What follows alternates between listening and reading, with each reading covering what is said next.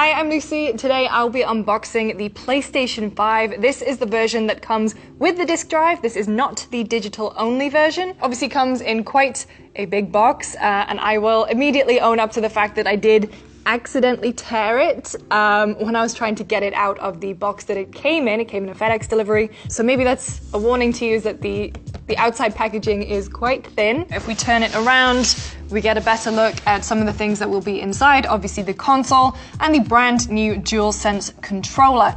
Okay, let's open her up. I've got a razor blade. Okay.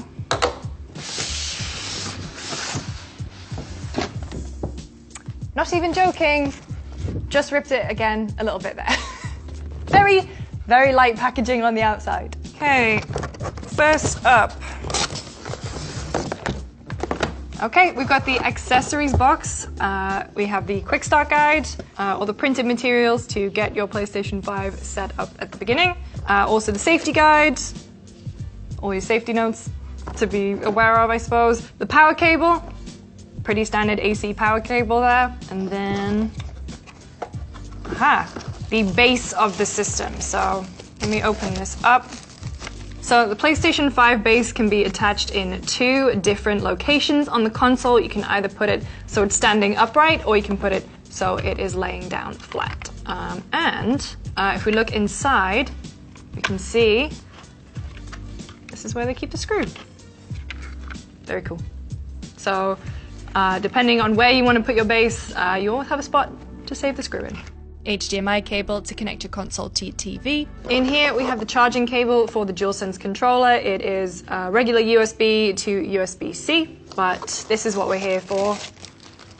The brand new DualSense controller. So on first impressions, just looking at the controller, it is not as bright white as I thought it was going to be. From all the marketing and everything we've seen of the PlayStation 5 so far, I genuinely thought this was going to be a bright white. It actually has more of a grayish tinge to it when you're looking at it in real life. So first impressions, it feels really nice in the hand. It feels very familiar if you've been playing on a DualShock 4 a lot. It just feels a bit sturdier, a little bit heavier.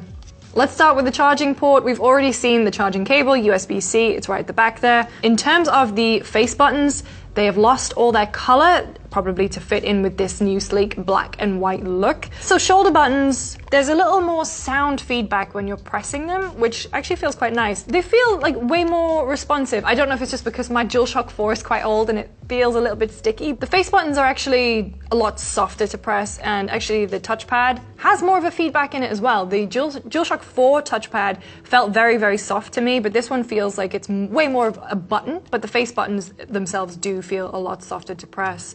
The thumbsticks have rubber textures on them. They feel pretty good. They actually feel a little bit firmer. The PlayStation home button has been replaced. It used to be a circular button. Now it's just the PlayStation logo. But obviously it's actually it's hidden quite well in there, so you're probably not going to hit that accidentally. Beneath that is another button, so you can use the DualSense controller as a microphone. I've seen videos and pictures of people in party chat and using their DualSense to either do text-to-speech when they're talking to their friends and messaging them, or you can use it as a microphone. So this is a button to turn your microphone on and off if you don't want to use that feature. Beneath it, you have a headphone jack where you can plug in just your regular headset. If you have an old headset that you're plugging in, you want to use it as a microphone or just for the headphones, you can plug it in there. It also has kind of texturized plastic on the back, so you don't feel like you're going to drop it. It's not smooth like the DualShock. It feels nice, it feels weighty. The options button is now gone, it no longer says options. Instead, you have this button here, which serves as a replacement. Word options is gone, you just got the 3 lines. And on the other side, the share button is gone. This time around, it's the create button. It has 3 lines going in a different direction, but this is the button you would hit to take screenshots, video clips, and then mark them up and share them with your friends. And so this is everything that you get in the accessories box. Okay, time to get the console out.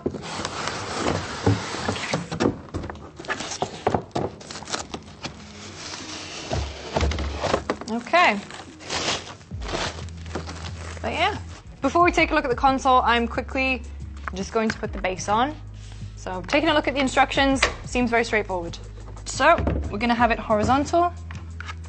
I just have to line up these, and that's it. That's strange. It didn't give me any click or any feedback, but that is on there. So there you go.